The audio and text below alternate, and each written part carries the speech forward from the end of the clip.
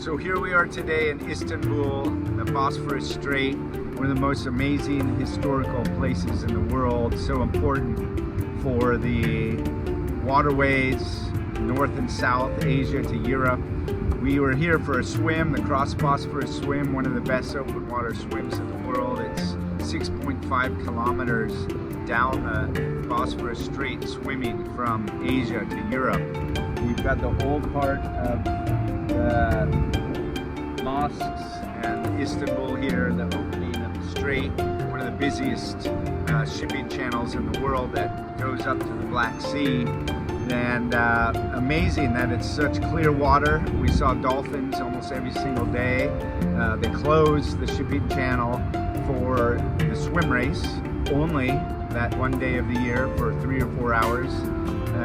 There was 2,850 swimmers in this race from 80 countries, all coming to celebrate the water, the views, and the great time and the environment.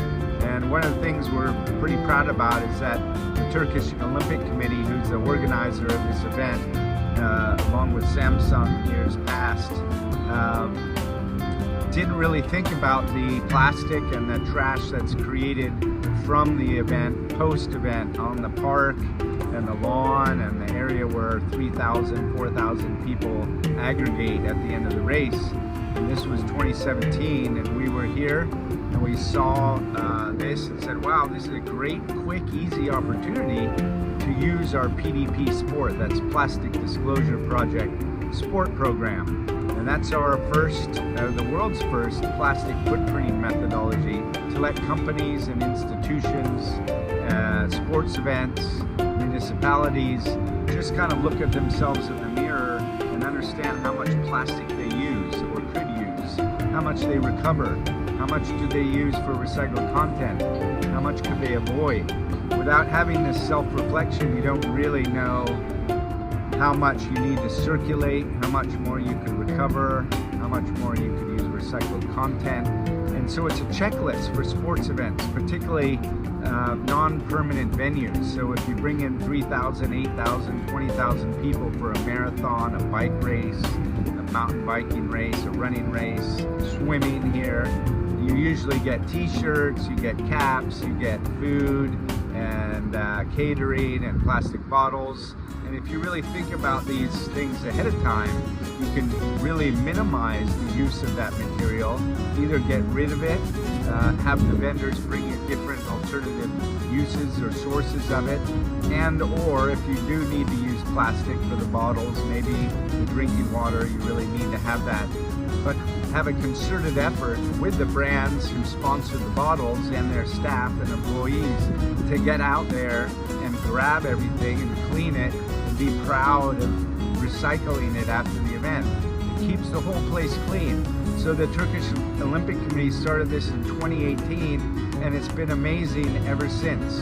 And that just shows you how a big organization, without a lot of effort, a lot of cost, just some thinking, how they can tweak some management, pre-management for that race, and then make the race beautiful. And it's important that the swimmers or any athletes are connected to the environment and share that connection and the knowledge of what we see, because we're the ones in the water, we're the ones on the roads, breathing the air, riding through the trails, running in the mountains, seeing the pollution or the lack of trees or the lack of water.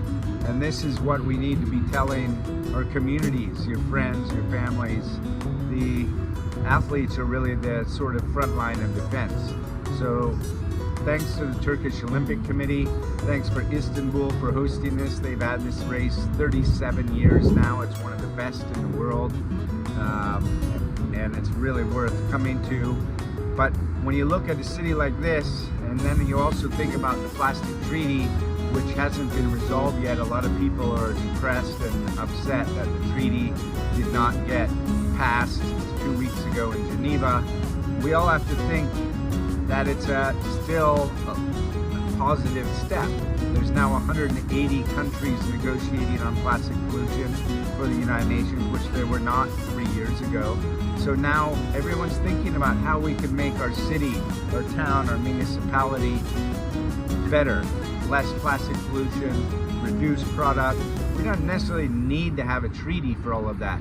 The country of Turkey, the country of Costa Rica, the country of Panama, or Chile, or Nairobi, the city of Nairobi, the country of Kenya, could be making laws and rules and regulations to hone in the misuse of single-use plastic, to put an extended producer responsibility fee on the use of plastic in the country to raise funds for collection and sorting and recycling. All of this really could be done without a treaty. Of course, a treaty helps us standardize it and make rules across the board, but we shouldn't stop here and get too worried and depressed that a treaty wasn't signed.